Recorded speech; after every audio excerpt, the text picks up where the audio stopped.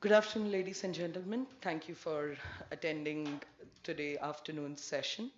Welcome to the launch and panel discussion on the International Energy Agency's report on global gas security 2018.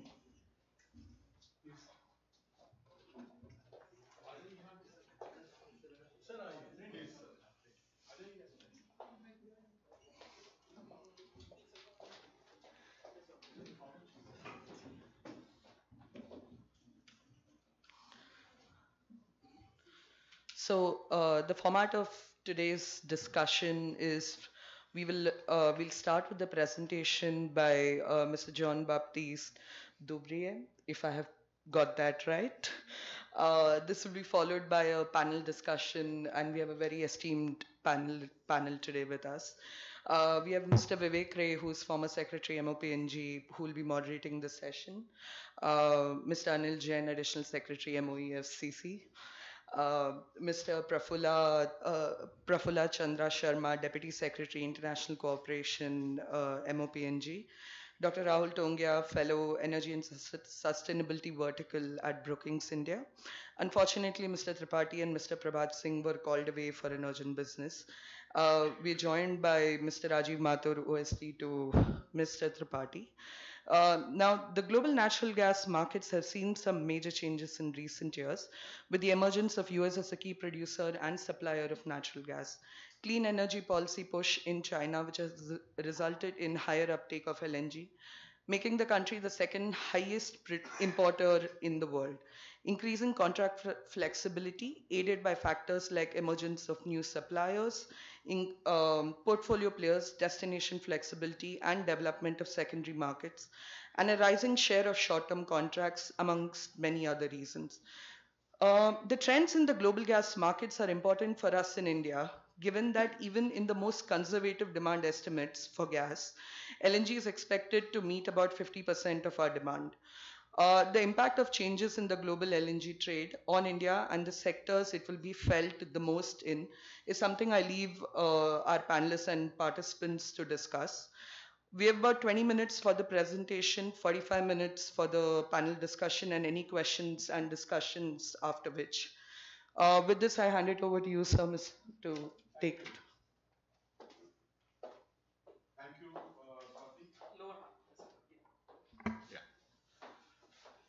Swati. I think what we are here for today is to listen to the IEA and their presentation so that we get a sense of what they're trying to say and what the emerging trends are, what the big picture is. And I guess that will trigger off certain discussions. Sorry, the mic is gone off. Okay. That should trigger off certain discussions. Anil has to leave by 5 o'clock. And I think, how much time would you need for your presentation? About half an hour? As much as you wish, but I can do it in half an hour. Well, half an hour for the presentation, half an hour for the discussion. And maybe, we wind up by 5:30 at the latest.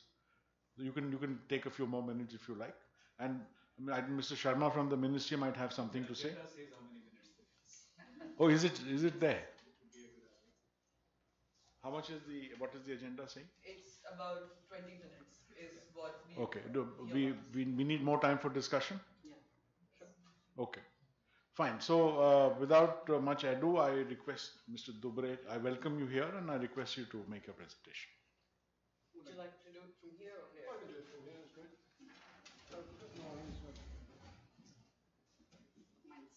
Yes, thank you.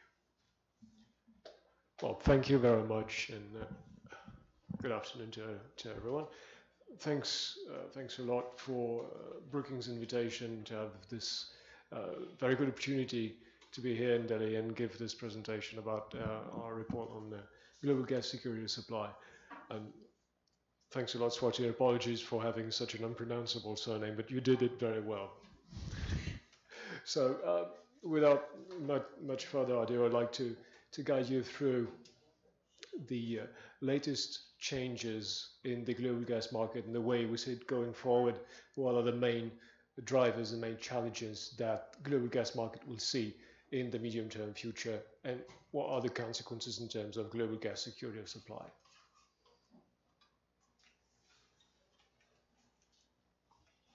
Okay.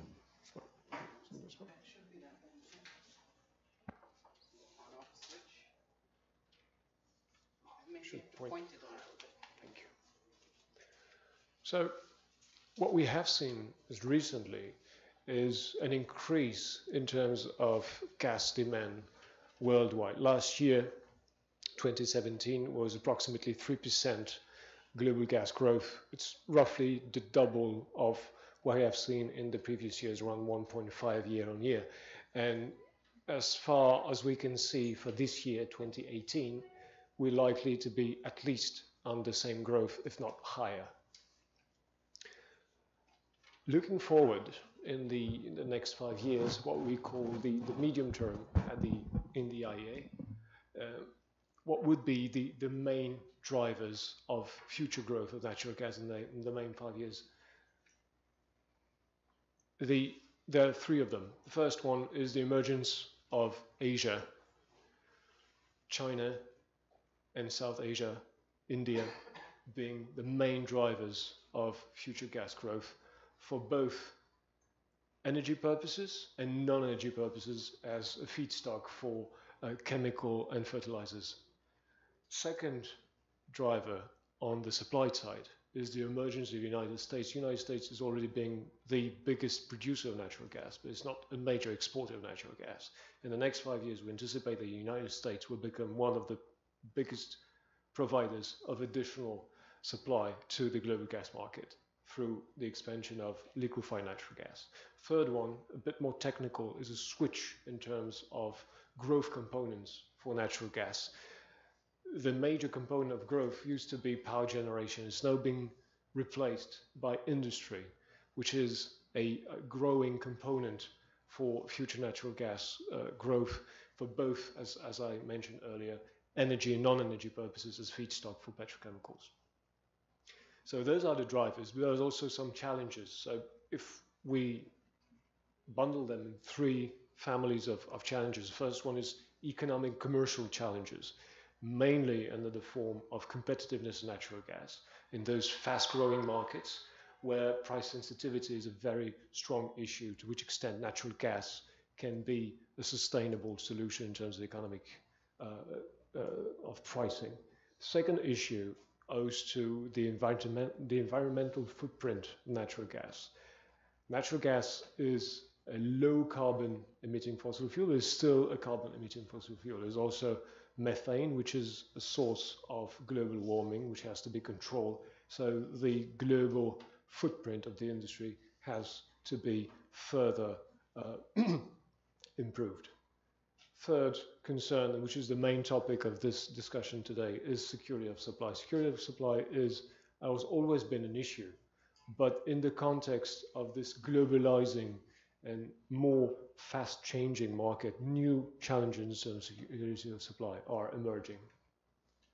So to pave the way for future growth, this is what we see in terms of individual contributions for natural gas growth in the next 5 years, and you see that China and India are among the three major individual contributors to that growth. You see, China is about to account for 40% of additional natural gas demand in the next 5 years, and India is also well positioned over there. United States and Middle East are also considered as being huge contributors to additional growth owing to their access to huge and cheap supply of natural gas.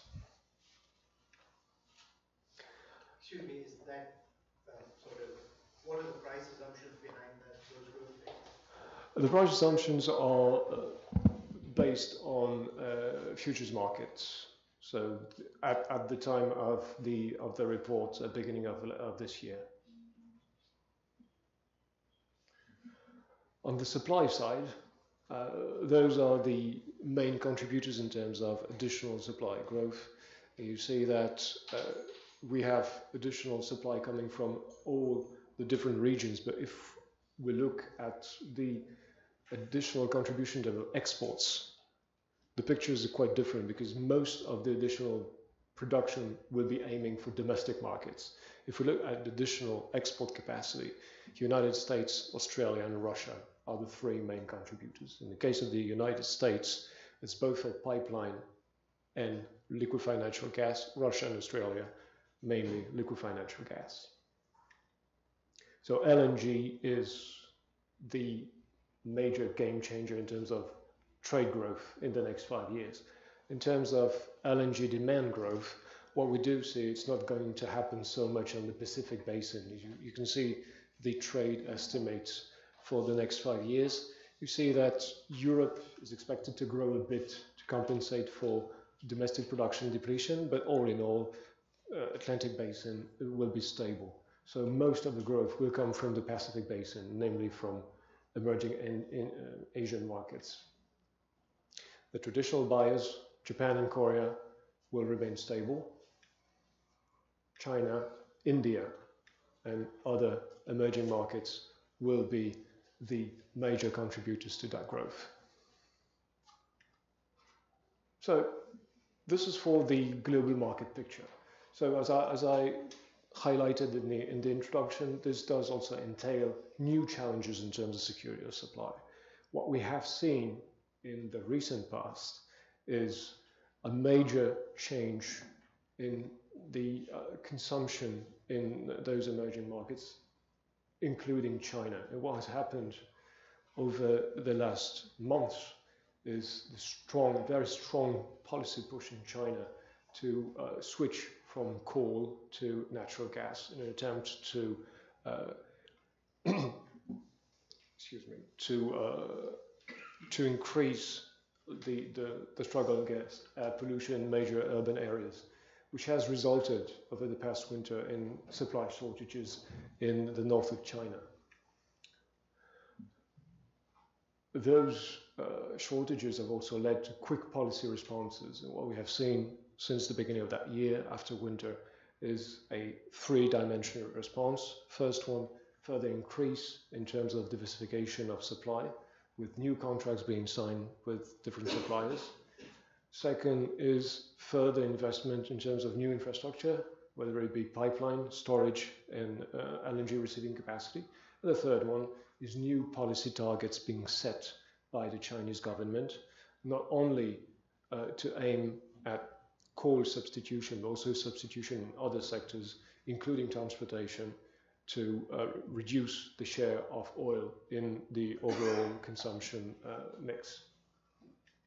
At the same time, we've had some issues in Europe over the winter, owing to a combination of late cold spells and also some unexpected infrastructure issues. But at the end of the day, there was no physical disruption in Europe, which does highlight the strength and resilience of a market which is integrated with sufficient infrastructure and investment cooperation in between infrastructure operators. But again, the main focus is not on Europe, it's on Asia, because this is where all is happening in terms of market growth. And this market growth is enabled by LNG. LNG markets have been changed in a very profound way over the past years, evolving from a very traditional relationship, long-term contracts in between point-to-point buyers and sellers, been linked by long-term, very rigid supply agreements. Those agreements have been increasingly flexibilized over the past years. Also, in the same time, we have seen the emergence of new players on the market, big buyers, international oil companies, or major utilities, regional utilities, Asian utilities, European utilities, who take the advantage of their strong portfolio of supply to play on the market as not only as buyers but also as sellers, reselling and developing a secondary market which did not exist in the LNG, which was a very restricted club of rich buyers and strong sellers. So those portfolio players, they extend their reach to traditional buyers, but also opening the market to emerging buyers who traditionally did not have access to this primary market, which needed to have sufficient volume needs on the long term and also sufficient credit visibility. So those portfolio players are operating directly or through the intermediation of commodity traders. So this global growing flexibility of the market is enabling the expansion of the market, not only in volumes, but also more diversity of participants on both sides. We are closely monitoring the evolution of flexibility at the IEA because we believe this is the key to an increase in security of supply. As the more flexible the market is, the more secure it will be, the more resilient the market will be for, especially for buyers. So we monitor it through a series of indices, and those are some of the indices that we have in the Global Gas Security Market report. So as you can see, in terms of flexibility, share of short-term volumes, there was no clear pattern of the past years, whereas we have seen a clear decrease in average contract duration and also an increase in destination flexibility. If we look at last year, there's a different trend emerging. First, strong growth in short-term volumes, which leads to a sharp decrease of average duration of contracts, and also a decrease in share of flexible contracts. This can be explained by the emergence of those new buyers who are buying through tenders or spot deals to secure prompt cargoes on the market. So this trend does not challenge the assumption of flexibility, destination flexibility, but is enabled by the wider move for more flexibility that we have highlighted on the previous slide. However, the market is changing, but the fundamentals remain very strong, and the legacy of the existing contracts remains a hurdle to further flexibility. One of them being the strong share of oil indexation for LNG supply, especially in Asia. As you can see on this chart, Asia and Pacific is still overly dominated by oil price indexation, even though gas-to-gas indexation is set to increase in the future. So in essence, Asian buyers will still be linked to the evolution of oil prices for their LNG buyings in the near future. Two other topics of concerns that we have highlighted this year in the report. First one is the issue of timeliness. It may look a bit easy to say and a bit of a tautology, but to ship LNG takes time. It's not instantaneous. So if you have an unexpected need for a cargo, it will take you some time to get it from the buyer, from the seller's point to your own regasification point. So we have done an analysis of the trade figures we have from the past 2 years on 3 areas, mature areas, and relying mostly on LNG, Northeast Asia, Southeast Europe, and the Pacific coast of Latin America. And on average, it takes in between 3 to 4 days to secure and regasify a cargo which was not expected, assuming that all cargoes on the market could be diverted. If you exclude that first assumption and just restrict yourself to flexible cargoes, you almost double that time. So what's the conclusion from that? Does it mean that LNG is not a secure source of supply? No. LNG is one of the major contributors to security of supply and growing security of supply. But LNG is not the only solution to guarantee and safeguard security of supply, especially for emerging buyers. Because in the case of those 3 regions, we're talking about mature markets who have implemented a whole set of security of supply mitigation measures, including flexible LNG, but also capacity for storage, underground storage, or above ground storage, LNG storage.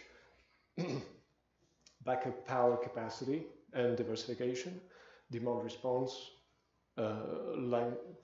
pipeline capacity and interconnection to make sure that there's a broad portfolio of mitigation measures, which are not in place in the case of new buyers who are mainly relying on flexibility of energy. So this is just a reminder, a warning for the emerging buyers that in case of unexpected need, you still have to factor in the timing needed to get and regasify the additional cargo. Another concern, which would have not emerged a couple of months ago, is the availability of vessels.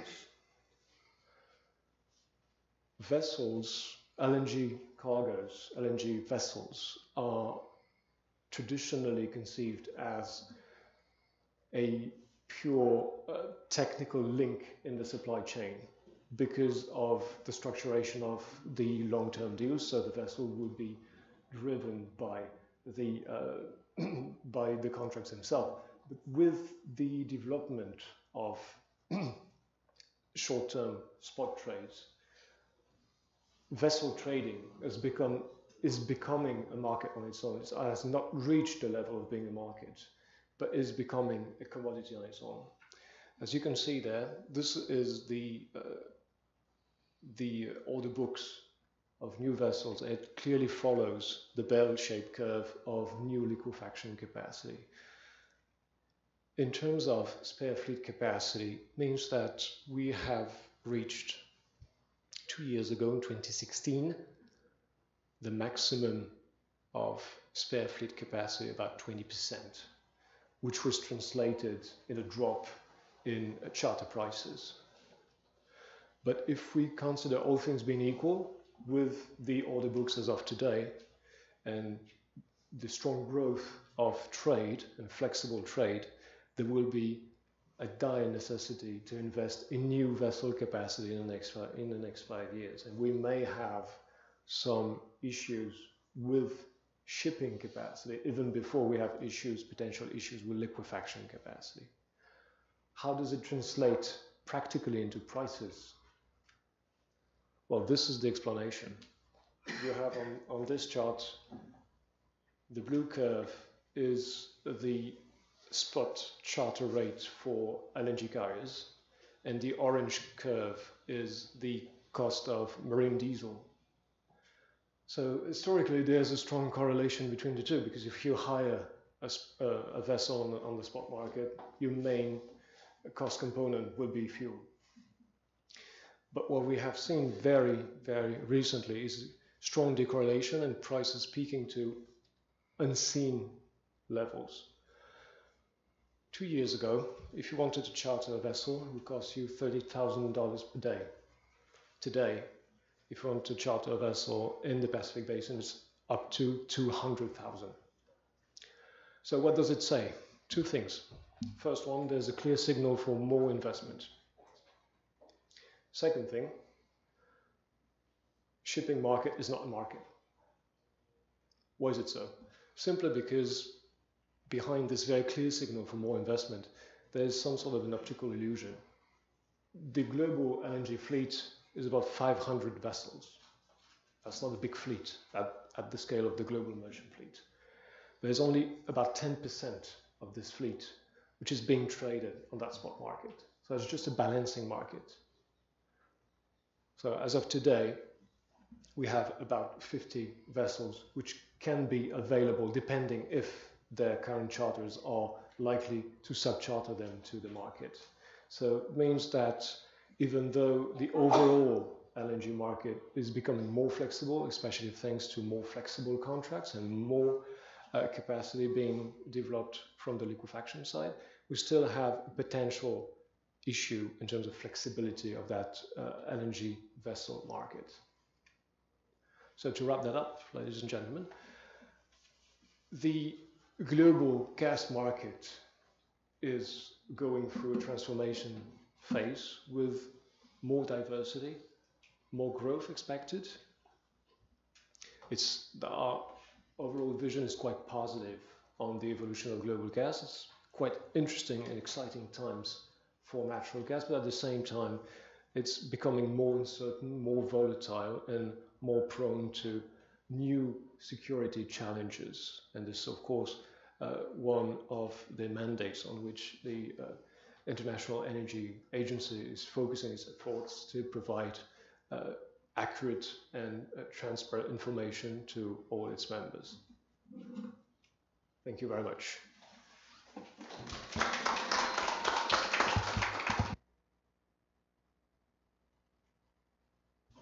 The demand one, do you have drill down seeing that which portion is contributing from the power? So, for example, if I look at China,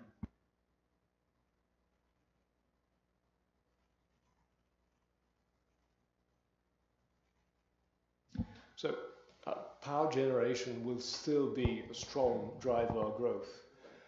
In the case of China, it is quite particular.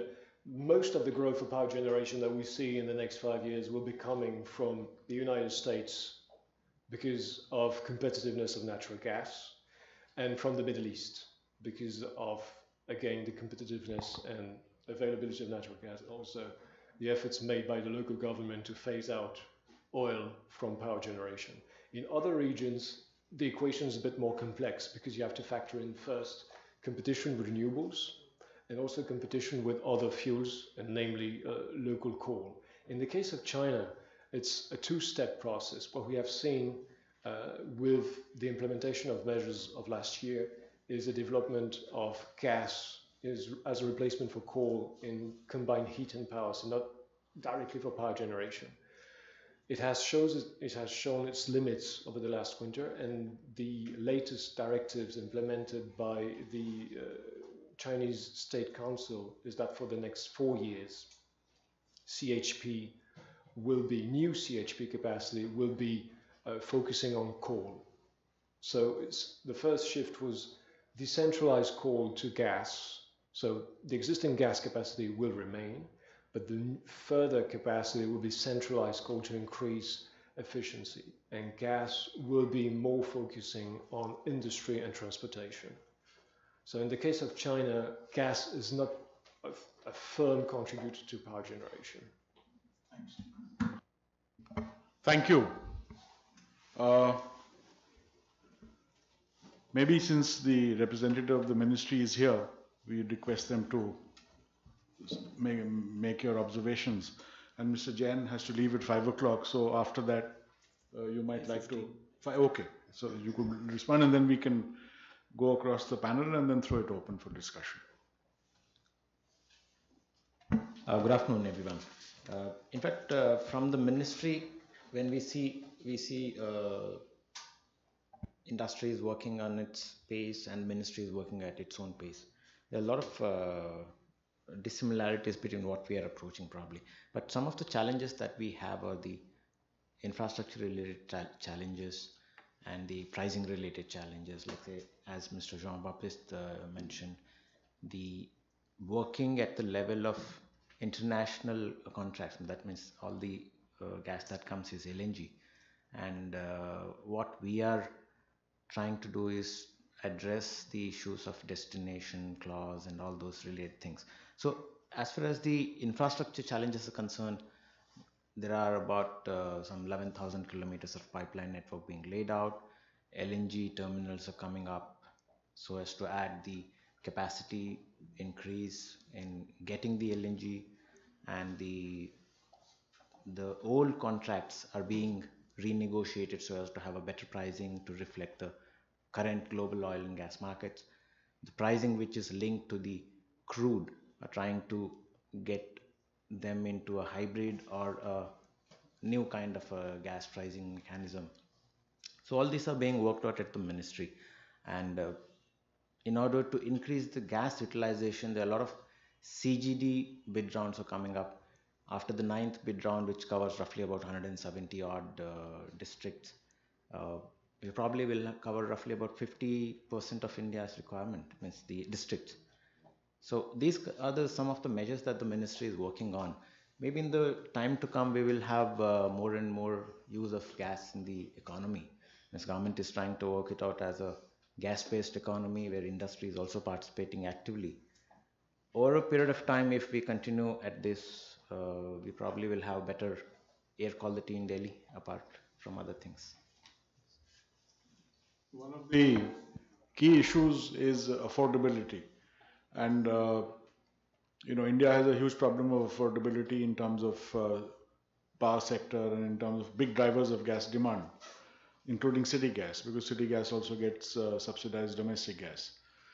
So how does this affordability issue play out in China? I mean, how can they just issue a mandate to shift from coal to gas and then merrily import the gas at market prices and make it affordable? I mean, it seems to be some kind of magic. Well, unless they have subsidies which they have pockets to sustain. Well, in the case of China, the government push was quite strong, to the point that coal boiler was dismantled to make sure that they were not to be used during the winter season. So that was a clear, more than incentive, a clear constraint to use natural gas, with fines being imposed to those who would not comply by the rules in terms of air pollution restrictions. It has shown... These would be factories, industrial use. Yes. But that would, what percentage of the total consumption basket would that amount to? Well, for industry it's difficult to have clear figures, but for domestic users we have had a more than 2.5 million boilers being replaced.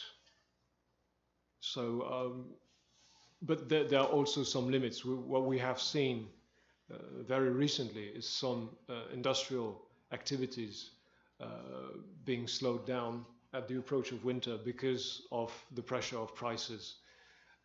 Prices are administered in China except for LNG, trucked LNG, which is not administered prices. So the only subsidy regime for all the LNG that is being imported into China, is it subsidized and sold to the consumer at a subsidized rate, or is it? Yes. In India, it's all at a market price. No, all of the supplies are pooled and put in the same basket, which is then sold at a city gate price, which is converging towards international prices, which is still subsidized. So it's lower than the international price, which means that the domestic production is subsidized, and you pool it with the import, and then you get a lower price. Yes. Compared to the international. So the trick is to subsidize the domestic production. Is that what is happening in China? That's what's happening, because the overall city gate price is below international price. So the domestic production doesn't get an international price? No. Okay. Thank you. But domestic production is in the hands of national oil and gas companies. But how is that price determined? It's determined by the government. They have their own formula, like we have in India. Yes. Thank you. Anil? Thank you, John. So that was the international perspective, and I may not be able to comment much. Only one aspect I find very interesting, that things are so volatile. I was just discussing with Rajiv here that I think it was a year and a half back, or maybe 2 years back, when in Niti Aayog we were looking at the proposal of the Petroleum Ministry to get some LNG carriers manufactured in India or not. And that time, the then Vice Chairman and the general feeling which we got from good advice from some consultants and otherwise, that the LNG shipping industry was actually in distress, and there were more carriers looking for cargo. And today we see that in a year and a half things have turned around. So these things are very uncertain. We've always known of the Australian LNG coming into market, but the prices have just bounced back. And now on the Indian scene, maybe sir, I can offer some comments that looking at the prospect of LNG or domestic gas production, it takes You see, the KG gas finds happened in, I think, 2002 or 3, but it was only in 2009 that they came into production. And it was hailed to be one of the fastest growth, conversion from discovery to production. Took 7 years. So we have fairly good idea sitting in 2018. And things may have got somewhat more fast forwarded, may not be in 2002 to 9, 7 years, maybe now 6 years perhaps. So in 18, we have a fairly, I think, reliable idea of what gas India might produce domestically until 2024. And that it's only probably going to replace the production that has gone out of the system in the East Coast, and maybe a little additive on that. So the gas story as of now, in the next 7 to 8 years, is perhaps based more on imported gas, the RLNG, than on the domestic gas.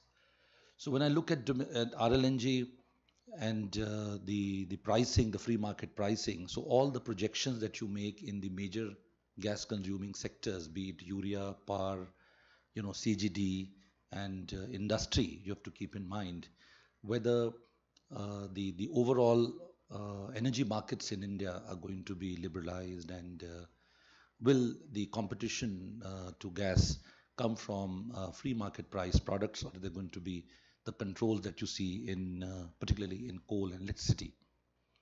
So when you drill down into these 4 sectors as we spoke, very quickly I'll just make 2-3 statements on each one of these subsectors. In urea, what you notice is that the decision to manufacture urea domestically is more driven out of a political economy decisions, whether you want to have self-sufficiency or you want to. So there isn't a very, well-considered make or buy decision, trade-offs between, and perhaps for the right reasons, it's not easy to project what might be the prices of imported urea 4, 5, 6 years from now vis-a-vis RLNG. So given that scenario, it depends on the government in office. Just, we've got a decision to revamp these 5, 6 plants. So there's a firm demand for RLNG. So this is a moderate push to the RLNG demand in the country until 2021-22. Now thereafter, we can't say anything. If there's a decision to, because urea demand is going to keep galloping, so we'll have to import that urea, or whether the government in the office. So that is very uncertain. All that is certain is the demand for the present capacity that has been committed. Now coming to power sector at the moment, all projections give a very dim view to the possible role of gas in the next 5 to 6 years. You have seen the National Electricity Plan, I think it's the NEP, and they don't talk of any further augmentation to the capacity.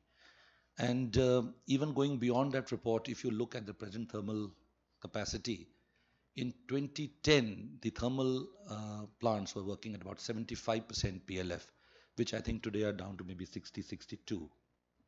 So there is a float available in that, and electricity demand has not been rising more than 5 to 6% in the last several years. This year, perhaps last 1 year, there is a slight tick up, 7% or so. So at the moment, and the RE agenda of the government is backed with sovereign guarantee, so to say, from SECI, from Solar Energy Corporation. So that is going to keep coming, and that has firm PPAs. So electricity, suffice it to say that next 4-5 years, there isn't a very positive outlook.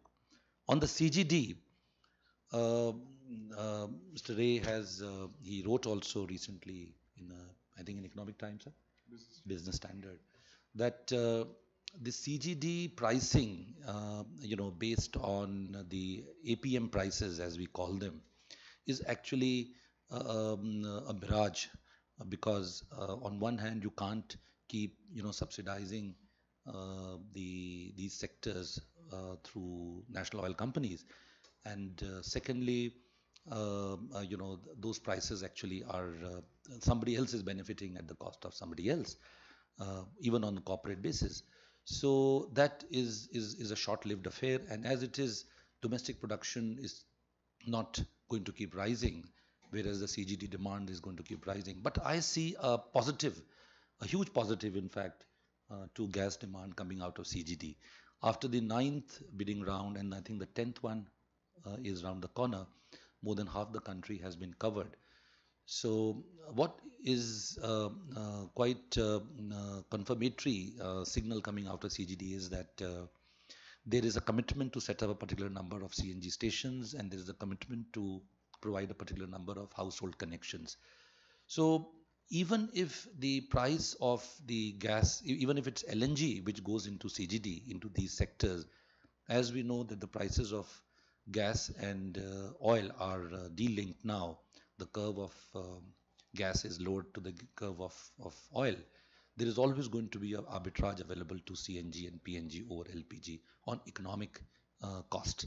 But if the government, let's say there's a subsidy to angle to it, if the government is giving subsidy to oil and LPG, there might be a clamor to give subsidy to gas as well.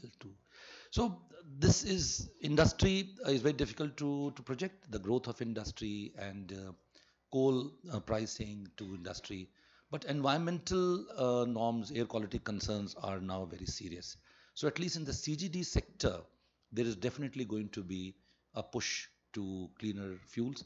In industry, let us see. So this is what I had. Thank you.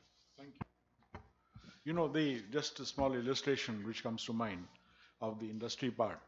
You have the Taj trapezium, and because the Taj Mahal is yellowing, there has been huge restrictions in terms of the fuel that you can use in that area, and hence gas is being given preference over coal and other fuels.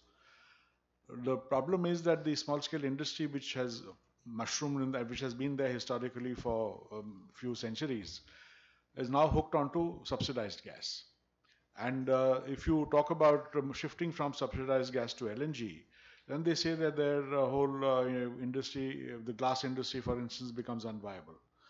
So once you're locked into low price of gas, in whether it's a consumer or whether it's an industrial consumer, whether it's a normal consumption individual, you have a problem in moving from subsidized gas because your whole structure then gets built on subsidized gas. So the Firozabad glass industry says we'll collapse if you stop giving us subsidized gas.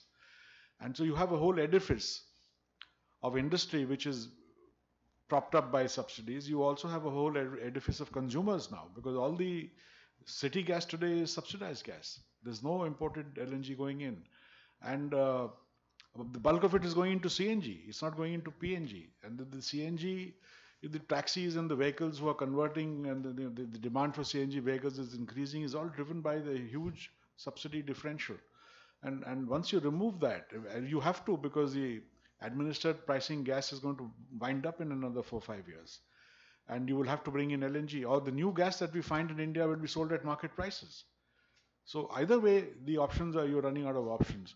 So I think the government needs to prepare for a scenario where this shift happens, and maybe if it happens over a period of 3, 4, 5 years, the transition will be smoother. If it happens abruptly, then there could be chaos.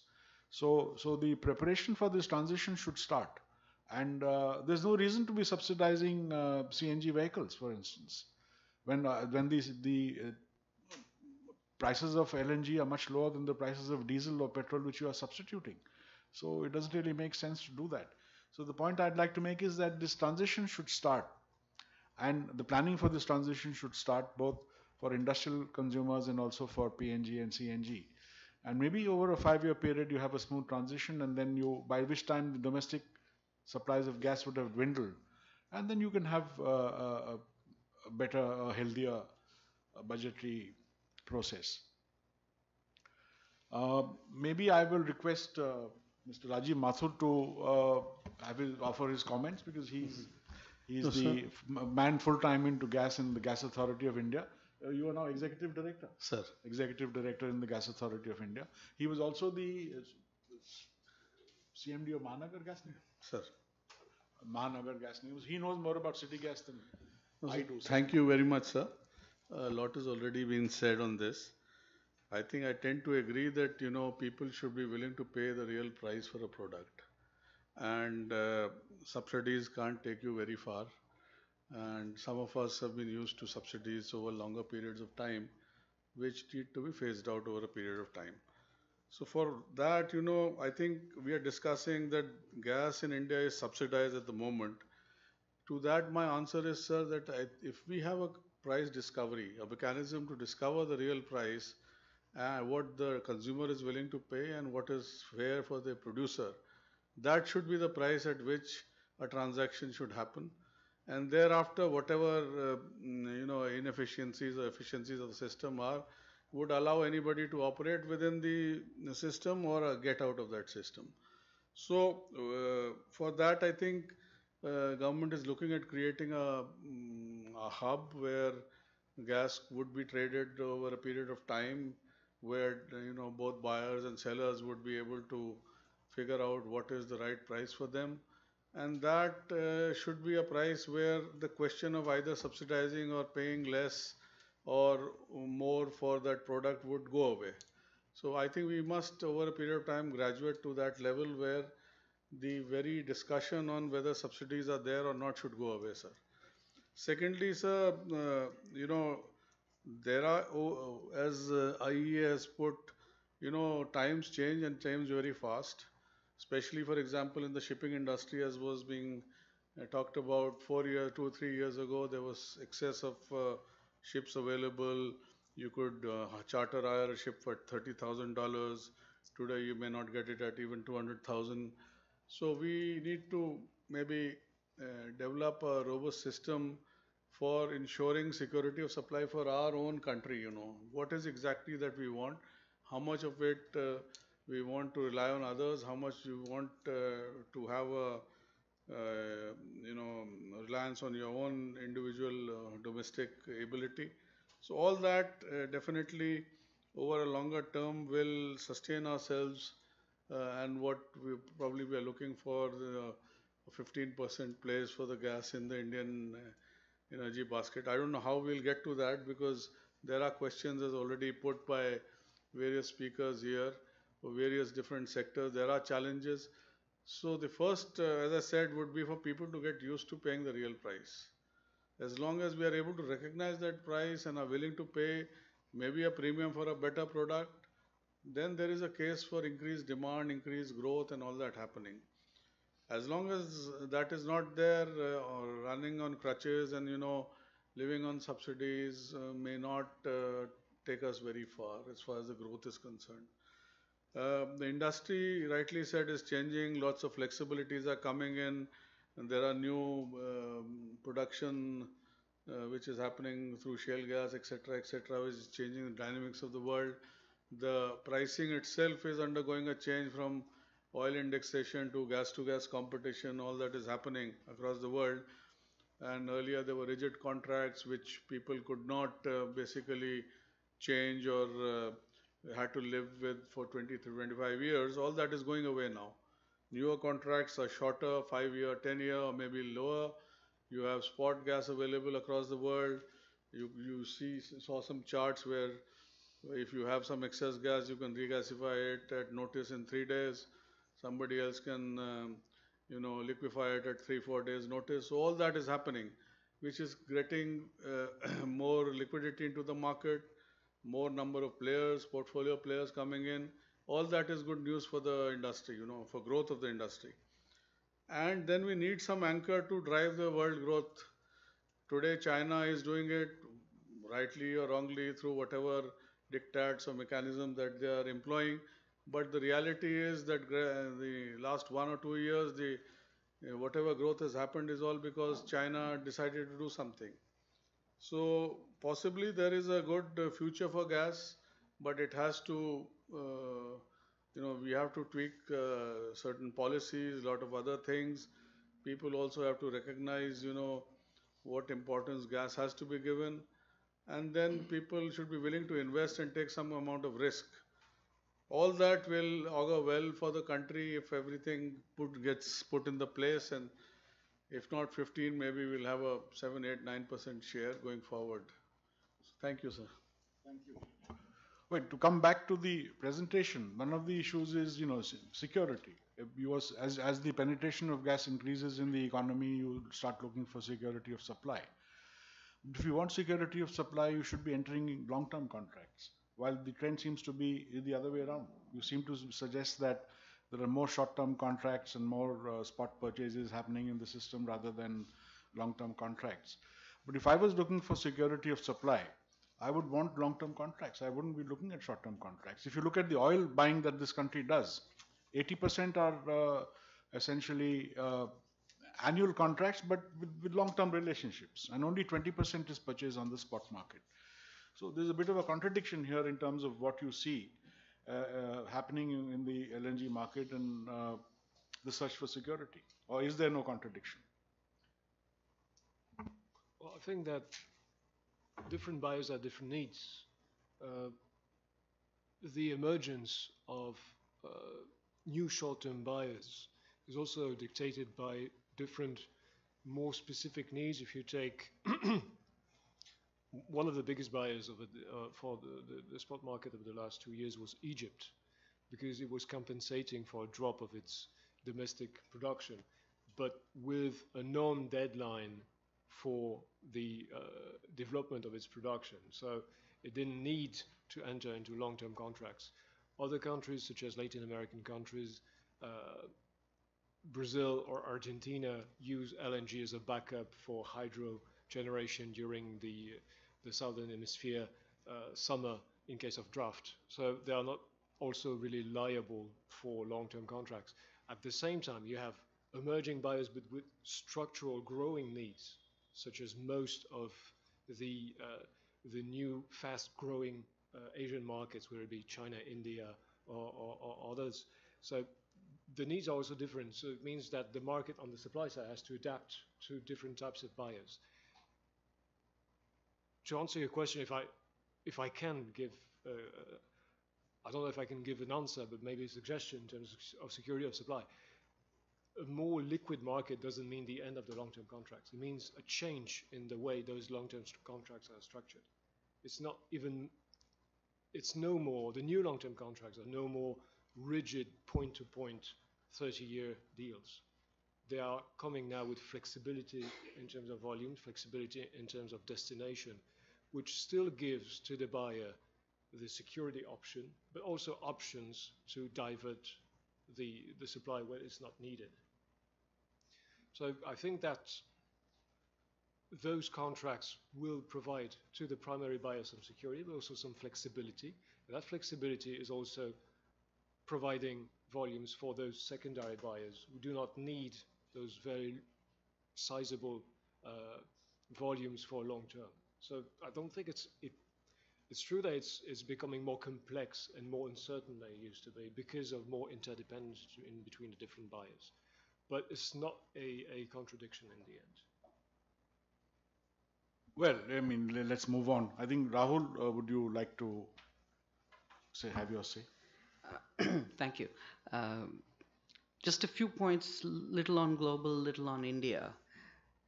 I think this point you raised, flexibility versus markets, there's that old joke, well, if the market prices are falling, then you hate long-term buy-ins, and if the prices are rising, you look like a genius when you secure some supply. So a point somebody made in a discussion in this room, I forget which event, was thanks to the new gas being found in the US, the tight gas, the R2P, reserves to production ratio, is actually now measured in this over a century, sort of 200 years sort of range, even some people are talking about.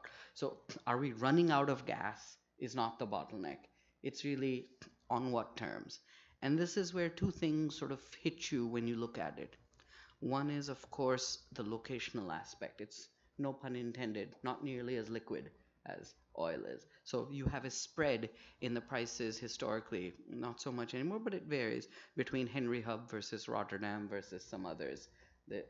So now the question is, if India gets indexed or some sort of indexing on its prices, which one would it want to go to? Even if it goes to a gas one, there's no one gas as easily. So that's where it's a TBD. It's a negotiation game more than a market. The second thing that strikes me as more fundamental from India's story, what Mr. Jain was alluding to on the demand side especially, the demand story is probably going to be more interesting because the way as an outsider to the gas space, I view it as, well, yeah, someone will supply it as long as you're willing to pay whatever needs to be paid. But how much do you need and what do you want to lock yourself into is really the questions that are at hand, because the decadal time frame of technologies, of infrastructure, and on the other hand, you have electric vehicles, you have solar, you have eventually battery and storage technologies. These may evolve much faster. So if we just look at a pure raw economics, your point on the industries, small scale, was spot on. It's very hard to beat coal. Dollars per MMBTU, local coal is pretty darn cheap. This is true in most countries with coal. And in the Indian case, the delivered price of coal is only a little bit higher than the actual mining is one of the cheapest in the world on a per ton basis. Not a per therm, but it's not the high quality coal. And so raw economics would sort of say, wait, why would I ever bother with gas? It's only when we value its other attributes, which include its carbon, its cleanliness, its flexibility, its ramping capabilities. In the power sector, for example, they're a better marriage with renewables than coal may be, for example. Then we see greater value to the gas space. But the frameworks for those are what are missing to some extent. So for example, the Indian electricity system is built predominantly on bilateral PPAs, power purchase agreements, which also don't differentiate between ramping or time of day or anything like this. So these are hindrances to actually unleashing what the demand may be for natural gas. I mean, in COP24, one of the phrases, power down coal. Well, to what? What is the alternative? So I try and back calculate net back values. Power, like Mr. Jain said, we don't see it yet. Transport, certainly there's potential, but again, it comes back to your points. It's not only just that CNG is subsidized or seeing differential prices, it's actually the taxation structure which determines it far more even than just the delta on the dollars per MMBTU input side prices. Same question would extend even to electric vehicles. If all fossils have a tax rate, I don't know, from 10 to 55% for liquid fuels, electricity has very little duty in many cases. So these are sort of much harder questions. I think India has some advantages that haven't been worked through. When we talk of, your point on European lessons, Jean-Baptiste, was interesting. I think Europe, a lot of consumption is heating, especially for the pipelined imports out of Russia and so forth. India has little heating, and India doesn't require seasonal storage. These two, when you put it together and you look at your infrastructure design, it's more a diurnal sort of storage that may be there. Peaking is a very different beast from an Indian context. So when we factor in a much more anchor, mid-size, small-size anchor tenants, by that what I mean is you don't have necessarily power plants, which are huge, but a lot of small, medium industry or city gas networks that could be users. Your cost effectiveness structure could be very different than it is where in the West you literally have to pipe up every single household, which need not be the sort of model going forward. So these are just some thoughts as it goes forward. Thank you. May I open up, please? Yes, my name is Suman Berry. Sorry, if you could wait for the mic. Yeah. Oh, is this being taped? Suman Berry, thank you for those that presentation and comments. I guess, Secretary, I would start really by asking you, based on what we've seen with oil, there's a question of level, which is what's associated with subsidy. But really what we heard from the presentation is to expect a lot of volatility in at least, if you like, the shorter term side of the market. So to come back to your question, is the preference of Indian buyers for long-term contracts to ensure physical security, or is it because it's not a system that's used to dealing with price volatility? So all the points that you made about people having been having to be weaned off subsidies, is that both about, is that as much about, is that largely about level, or is it about volatility? And I would like to ask Jean-Baptiste, uh, what, and it may be the same answer to two questions, what accounts for the survival of oil indexed contracts in Asia? Why is it so durable? Is it for the same reason? Oh, well, except that those would have be volatile as well. So so what? Why is it so durable? Is it? Well, let's go. Let's see if you could address the second question first. Yes, well, if I could, well, I guess that one of the answers would be the absence of local alternative. There's no hub prices in Asia, so if you opt for hybrid pricing, you would take away some of the exposure on oil and oil volatility, but you will take some volatility on European prices or North American prices, which all in all, in terms of hedging and mitigation, would not be better for your own market perspective. So I think that oil being more liquid and heavily traded and commoditized and used as a financial instrument is seen as the best proxy as for now.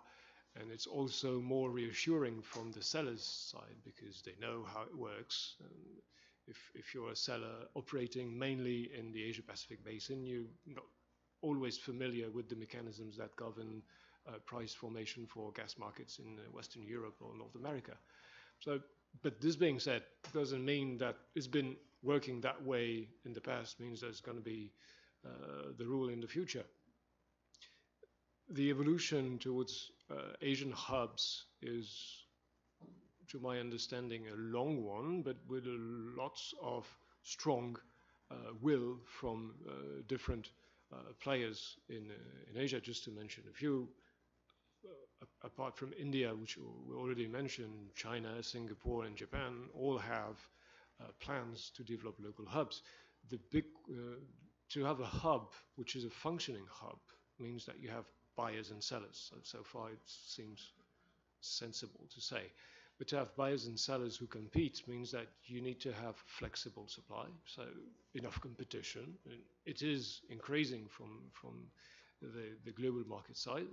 Still need to be improved, but it's increasing. There's also need to have downstream competition, which means that we're bouncing back on the topic of opening the market and phasing out liberalization to make sure that in your market you don't have different sellers but only one buyer at one price, or different buyers but only one seller at one price. So if you just put up a hub without being the place where competitors on the buying side and on the selling side can meet, your hub will be just a theoretical construction. So this is why it takes time. But I think that there is enough will from the industry and from the governments to make this happen. Policy preference that we have, the kind of contracts that we prefer. Would you like to say something? You said you are working on some contracts, renegotiating contracts and things. Or Mr. Mathur might, because they to answer your first question on volatility, see, if you want to be with the market, you have to live with volatility. So if you have, say, one-to-one relationship with a crude indexed long-term LNG contract, prices will continue to vary as the crude prices vary. But you could still have a contract where you would have price stability. So if you have a, say, a 5-year or 6-year kind of a moving average, the price would not move, but you will be out of sync with the market. And that's where, you have a 20-year contract, you have volumes coming in, you have price stability, but the market has changed. So that's where you go in for renegotiations or things like that, where you want to live with the reality of the market. So all options are available in the market. They were there even earlier, they're even available today. But as somebody operating right in the domestic market, which is dominated by risk-averse SOEs, I just want you to indicate whether, judging by what's been happening to the retail fuel price, is there the political economy to accept volatility? And if not, what do we need to do to create that appetite? Because I take your point. Sorry, I don't know, but I just wanted to push you one step further. Given our market structure, which is largely PSU dominated, uh, is that a constraint in moving to where you think we should be? It's not the PSU structure, it's the mindset of the people. We are so used to being fixated with, stable pricing structure, availability, whatever may be happening across the world. We want, status quo kind of a situation. So as long as we don't move away from it, all these things, these options are good for nothing actually. If you talk to Indian farmers,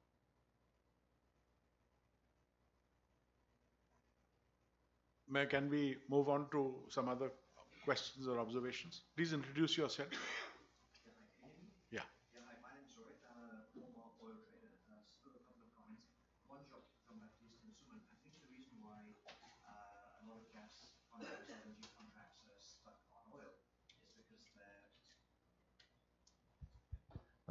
is because they were project financed and it's a 25-year deal, and banks obviously have spent billions of dollars of capex on those projects, and you can't change.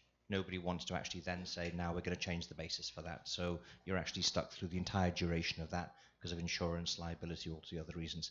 The second thing is, over the last 10, 15 years, we've seen lots of people throughout Asia say, I want to set up a hub for X, Y, Z.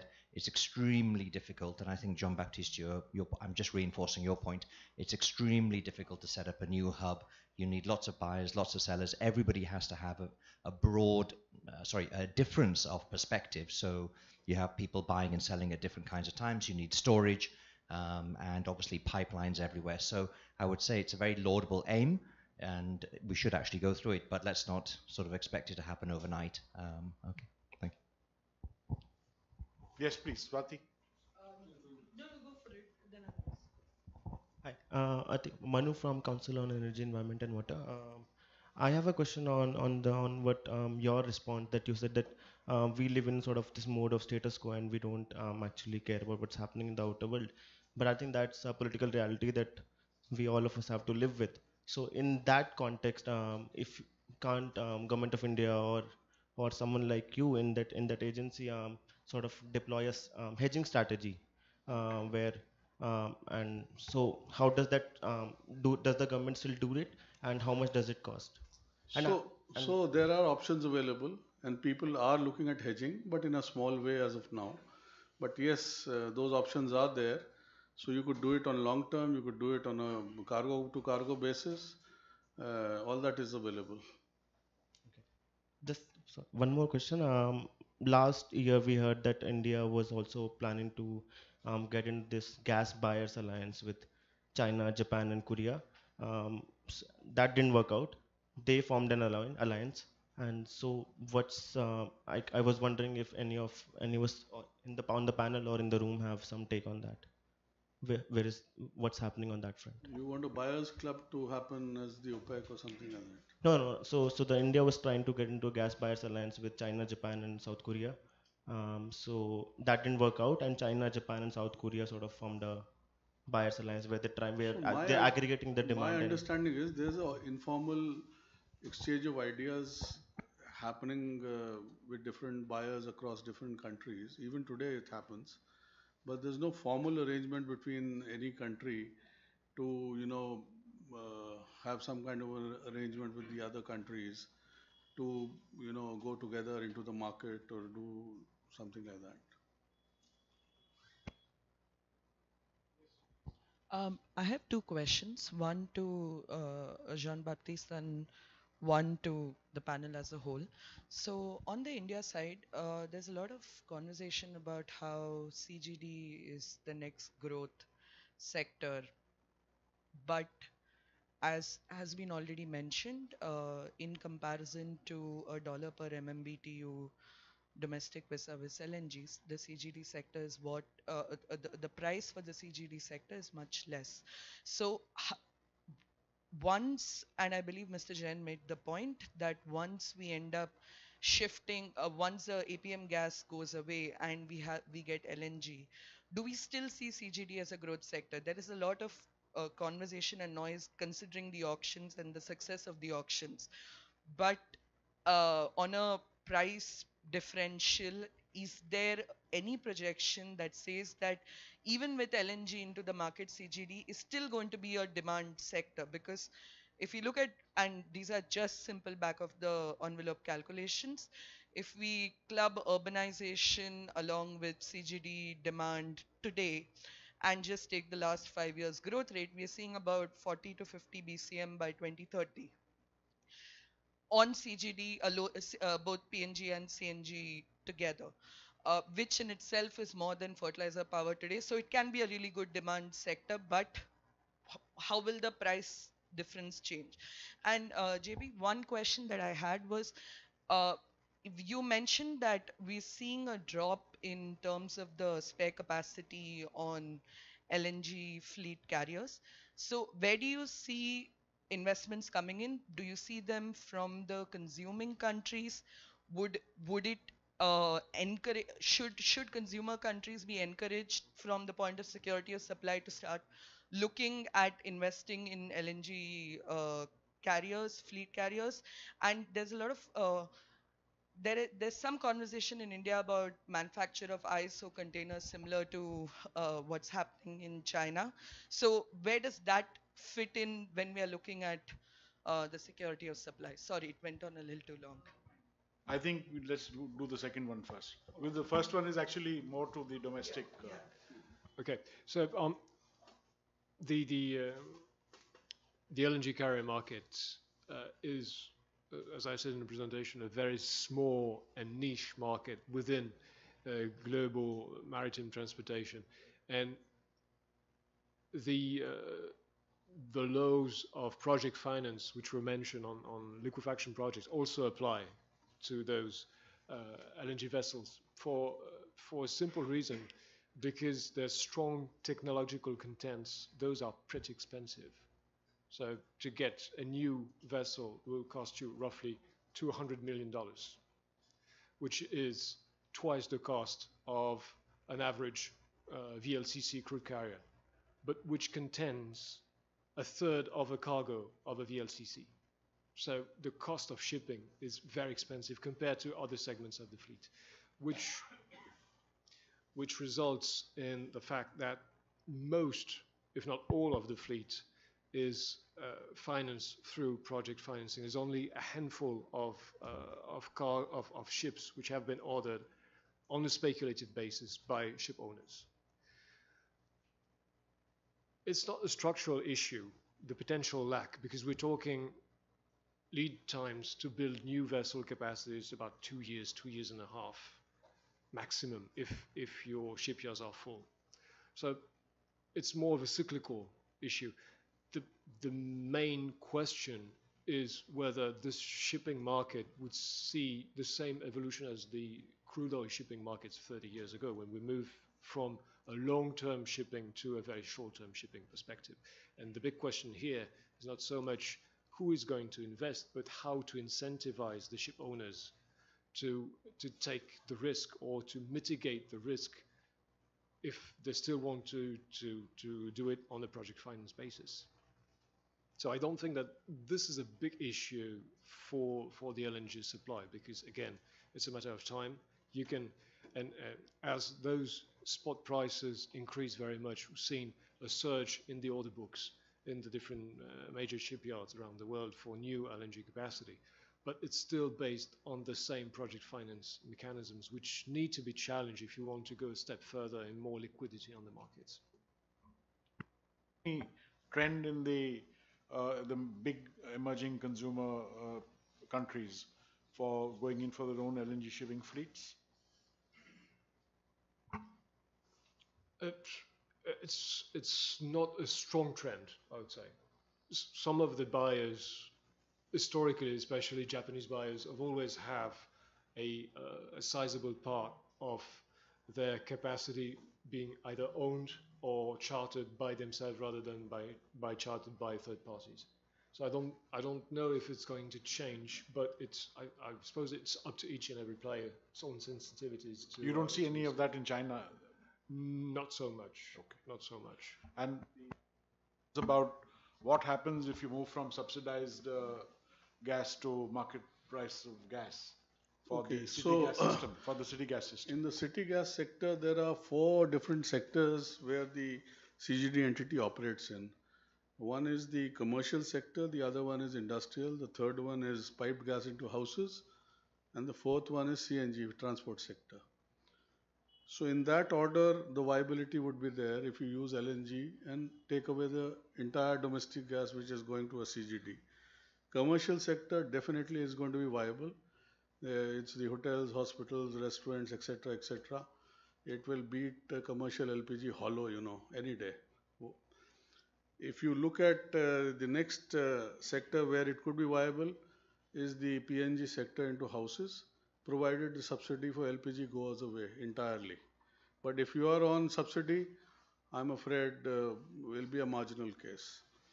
As far as the transport sector is concerned, it entirely depends on the taxation, as he mentioned.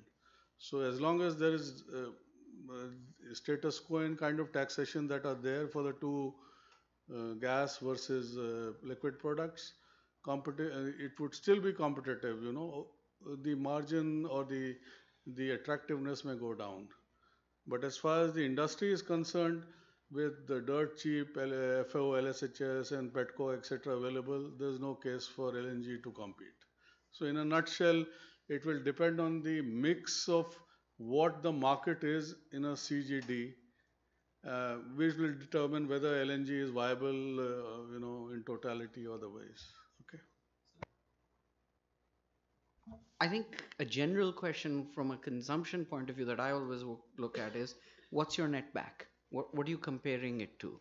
So how is that priced? So if you have differential structures in all of these, plus there's going to be new stuff.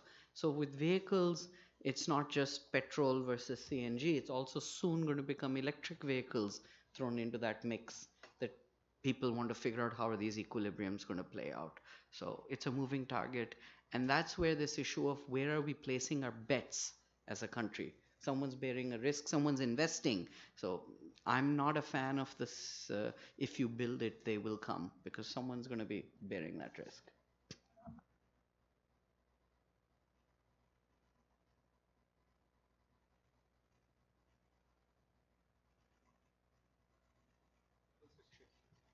CGD, yes. But again, CGD, considering the high capex, and if you take LNG into it, it doesn't become viable. So, considering this, as she was mentioning, there's a huge potential in CGD. However, it remains to be seen how that is enabled with the policy. Then what happens is that you're looking at a new model of CGD as a public utility, which means that it becomes a pass-through. You have a regulator who fixes the price and gives you a return on capital. And it's no different from electricity. So then the whole model of CGD begins to change. You can still build it in. But then the whole way you regulate the structure has to change. That means the policy needs to be enabled. Yeah. So I think there are a lot of policy issues, and as Rahul is also saying, the gas economy is bristling with policy issues. And if the government is serious about increasing the penetration of gas in the economy, there are a large number of issues that need to be addressed, including the taxation issues and the fuel substitution issues and so on. So this is something where the petroleum ministry should be working overtime to really kind of grapple with these. Otherwise, it becomes a slogan that you're going from 6% to 15%. There's no way that's going to happen. If the IEA projects that it's going to be at 7 or 8% in 2040. Business as usual, from what I recall. So from 6% it went up to 10%, and it remains at 7% to 2040. So I think I don't know how serious the government is. Maybe Mr. Sharma can tell us, but I doubt if the government is really serious about this. It's more of a slogan than actually a concrete action plan. In fact, more is happening over the policy. So I can be frank. I mean, that's my view. Mr. Sharma. I mean, just to add on to that, yeah. Sir,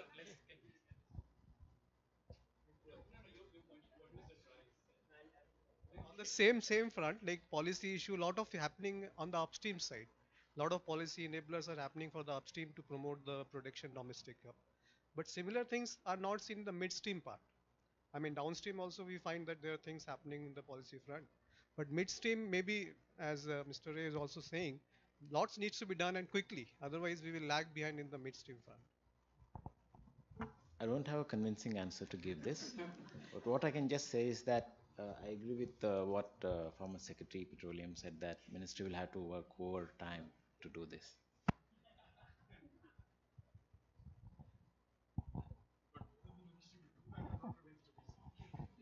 It's doing, but the time, that incubation time is very long. My name is Sharad Goenka. I work for Kane Oil and Gas. Look, we are all agreeing that in India, affordability is a big issue, right? As we think of the gas economy. But when I look at the fundamentals of this, Rahul was talking about 200 years of supply. We've got increased diversification in terms of the number of people who can supply LNG, right? And if you take a reasonable cost, it takes maybe $2 to $3 to liquefy, $2 to $3 to transport, some upstream cost. We should still be around the $5-6 range plus profit. But we're getting LNG at twice that price and even more. So there's a huge margin here for a commodity which actually should behave like a commodity. So are we just bad negotiators? Is it a cartel? Has Japan done a lousy job and messed all of us up? I mean, what is it? What do we do? You see, I mean, if you can.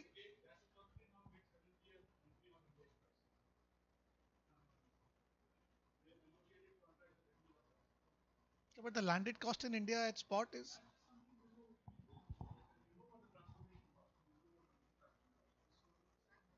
But still, we should be around 6, 7. I mean, Cut out the taxes, we could be somewhere closer to that. I don't know. So it's the so then that's a self goal in that case, because it's taxation which is killing the consumption. It's a self goal. That's right. We're pretty good at that. They're also negotiating with the buyers. Yeah, yeah.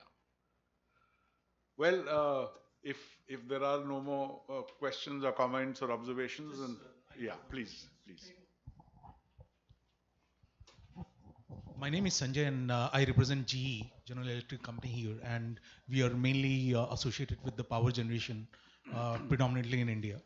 One of the other thing we see that, from the policy front, though I see the electricity value chain is a little different with the gas, but what kind of coordination we are having between the ministries and overall plan? Because I see the absence of peak policy for peaking, where you can enable the quality of power at certain time, and that can absorb the gas. Yeah. So those, what happens is today it is all, renewable capacity in 2022 is going to be prominent, more than 20%. To take that kind of thing, I was looking at the data, it suggests that I have to gain 2 gigawatt per hour for a smaller state to chase the evening peak. So when your solar is decaying, we need huge amount of power to, support the demand. And those are still policy-wise is not supported, because the moment you put the peak supporting, peak power, then automatically it is making a case for gas, which is much cleaner, faster to the grid.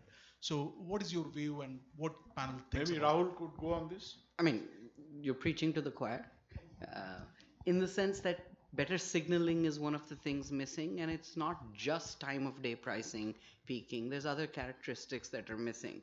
When we do it right, we may find not just gas, but storage, demand response, smart grids. There's a bunch of things that we can do. But there's a flip side. Even if, we're doing this calculation in some detail, it's not fully done. The value of that gas for peak electricity is very high.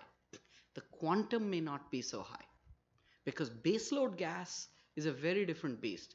But I've seen contracts, no names, brand new combined cycle gas power plant being built today, where your incoming gas is in the order of $10 an MMBTU. Your electricity is going to hit you over 7 rupees base load. And it's set up as base load because the powers that be say peaking is costlier per unit than base load, but those are not apples to apples. So portfolio thinking is absolutely missing from this entire space. So there is value, but it's not going to move the needle in terms of volumes necessarily so much, because again, one is just time of day inherently is limited time. Second is it's the ramp that's more valuable per se than, because even coal is more flexible than you think. Not all coal, the newer stuff. In France, they're actually running nuclear power plants in load following or supply following mode. They're actually ramping nuclear power plants. So the whole grid is also changing. We need all of the, I mean, so a very cheap answer is all of the above. I think what this really points to is the need for an integrated energy perspective. You need not have an umbrella ministry, but you need a perspective, and the government needs to establish mechanisms to generate that perspective. With transport, not just energy, Yeah, even transport. yeah, yeah. So I think the challenge, in a sense, is an organizational challenge. How do you integrate these disparate, silos into a coherent whole? And that is a challenge that we are struggling with. I don't know how this is being done in other countries, but there's some learning to be done on that count, because we have too many silos. We are fragmented into very, very small pieces. Some integration happening now with energy, with power and renewables together, and with coal and railways together, but petroleum still. But I think some integration needs to. If you can't have one umbrella ministry, you need to have some kind of group in the planning commission, Niti Aayog or whatever it is. In China, they've had the National Development Reforms Commission, but they also have leading groups.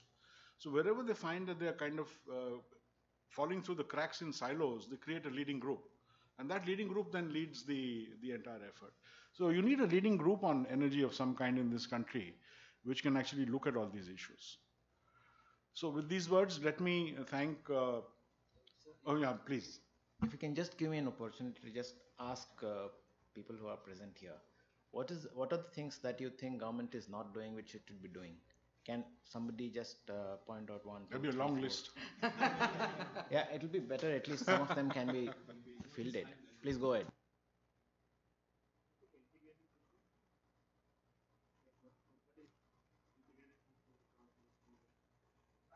Looking at that's part of the integrated thinking, the tax structure. You need to integrate the thinking of the finance ministry with the thinking of the energy sector. But even across, let's say, sector, transport or power, or even cooking gas, will it be induction stoves? One day we hear that the government will promote induction stove. Next day we hear that Ujjwala is doing very good. So even the businesses don't know where to put their eggs. Then it's political than the policy. No, but No, but I think the point is that it's integrated thinking is what is required.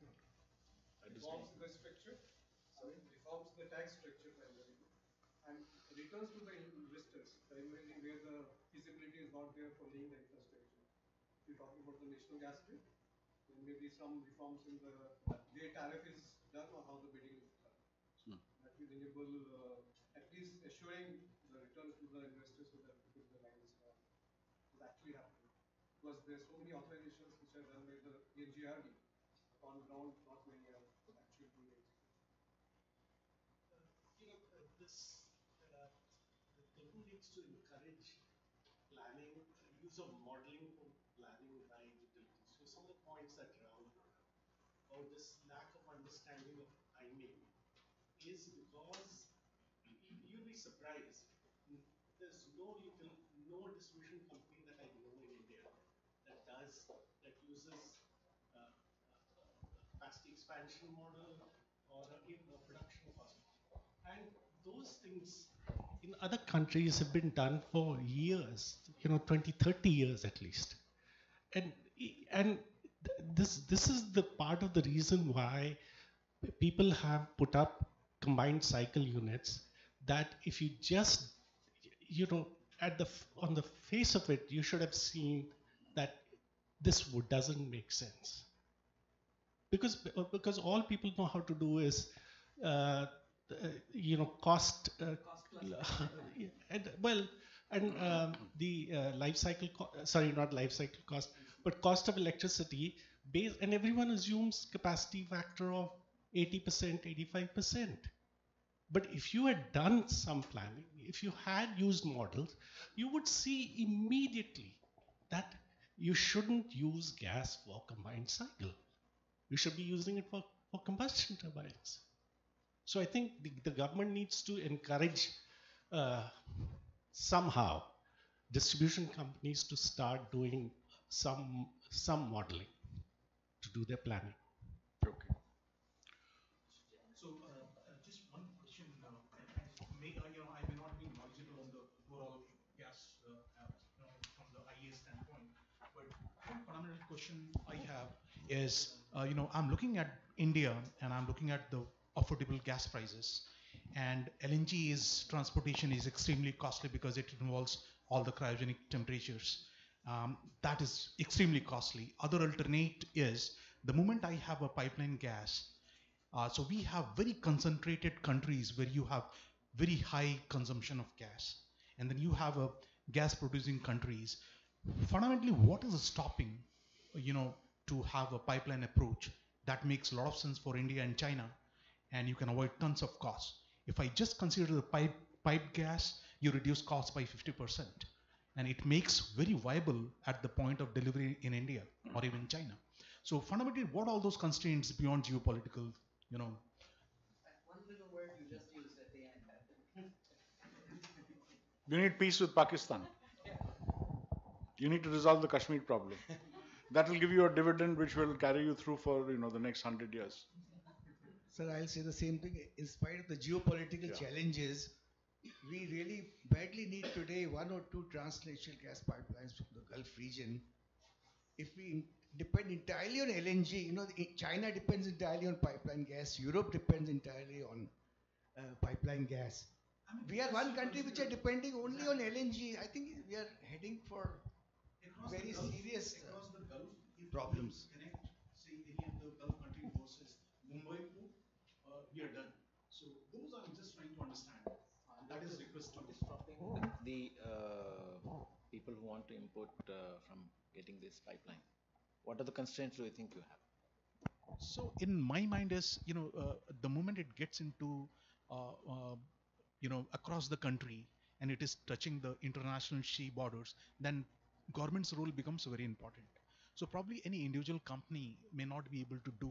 So question is, as government of India, do you think that it is making sense to connect at least the gas producing UAE and Qatar and all those places through the subsea pipeline? And those Gulf of Oman and all those things are not really having a challenge like Pakistan and all those things.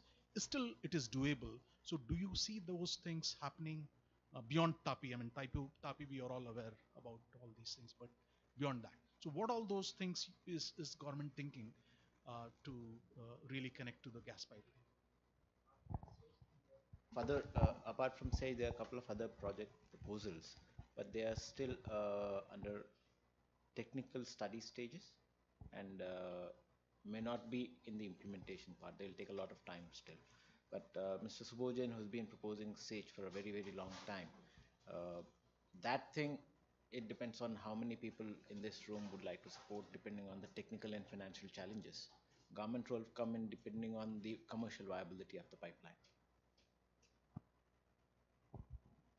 I think, I must thank you for coming all this way, making a presentation and giving us a sense of the big picture.